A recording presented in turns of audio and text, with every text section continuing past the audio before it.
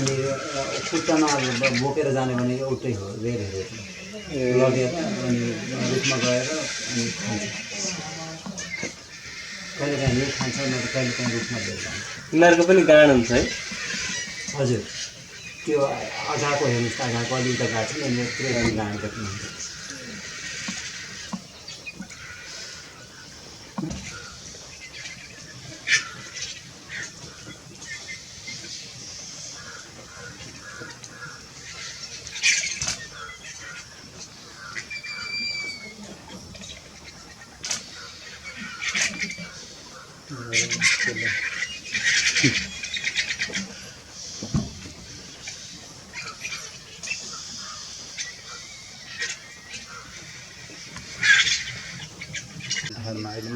अलिअलि सेतो हुँदैछ उसको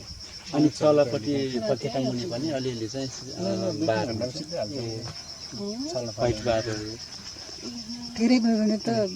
आधी घन्टामा चुट पारिन्छ यो चाहिँ कुनै चाहिँ यति वरिपरि नै बस्छ